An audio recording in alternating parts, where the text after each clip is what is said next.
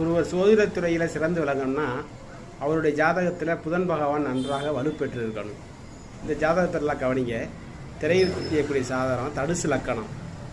தனுசு லக்கணம் ராசி அப்படிங்கிறப்ப உங்களுக்கு கும்ப ராசி அப்படிங்கிறப்ப புரட்டாதி நட்சத்திரம் 2ஆம் பாகத்தில் இருக்கிறாங்க.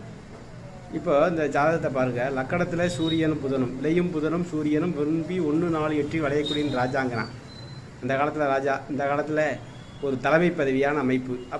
அந்த வகையில் ஒரு லக்கணத்தில் சூரியனும் புதனும் வலுப்பெற்று குரு பகவான் 5ஆம் பார்வையாக இங்கே பார்க்குது. குரு பகவான் எப்படி குரு சந்திரன் செவ்வாய் ஒன்றுக்கொன்று நட்பு கிரகங்கள் சமசப்தமாக பார்த்துக்கிட்ட அமைப்பு.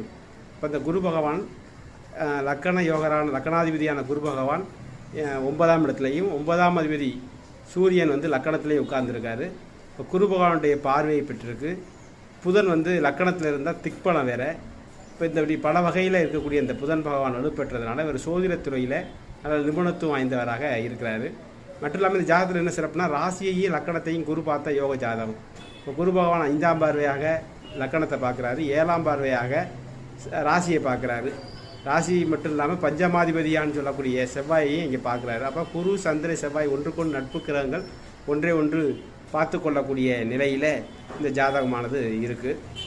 இப்போ இந்த ஜாதகத்தை பொறுத்த வரைக்கும் இந்த எப்போதுமே ஒரு ஜாதகத்தில் லக்கணாதிபதி வலிமையாக இருக்கணுங்கிறப்ப லக்கணாதிபதியும் பாக்கியாதிபதியான 9 கூடியவரும் பரிவர்த்தனை பெற்று ஆட்சிக்கு நிகரான பலனை அவை பெற்று இருக்கிறது.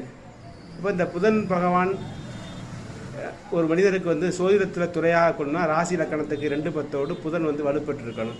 இப்போ புதன் லக்கணத்துக்கு 10 கூடியவராகவே ஆகி லக்கணத்தில் உட்கார்ந்து திக்பலம் பெற்று லக்கணாதிபதியோட பார்வை பெற்று லக்கணாதிபதியும் பாக்கியாதிபதியும் பரிவர்த்தனை பெற்ற நிலைகளிலேயே இருந்து இருக்கக்கூடிய சூழலில் இருக்கிறதுனால இந்த ஜாதகர் சோதிடத்துறையில் நிபுணத்துவம் வாய்ந்தவராக இருக்கிறாரு. மேலும் ஒரு ஆன்மீக டச் உள்ளவர். எப்படின்னா எப்பவுமே குரு சனி அந்த அமைப்பு கேது போன்றவர்கள் ஒன்றுக்கொண்டு தொடர்பு இருக்கக்கூடிய அமைப்புகளில் அவங்க ஆன்மீகவாதியாக இருப்பாங்க. அப்போ குரு உங்களுக்கு கேதுவோட சாரம் வாங்கியிருக்காரு. சனி தனது 10ஆம் பார்வையால் இந்த லக்கணத்தை பார்க்குது. குருவும் அங்கே பார்க்குறாரு. எப்பவுமே குரு இந்த சனி கேது 3 ஒன்றுக்கொண்டு தொடர்பு பெற நிலையில், ஏன்னா குரு பகவான் கேதுவோட சாரம் வாங்கியிருக்கு. இது போன்ற அமைப்புகளில் ஒரு முருக பக்தராக இருக்கிறார். ஓகேங்களா, முருக பக்தர்.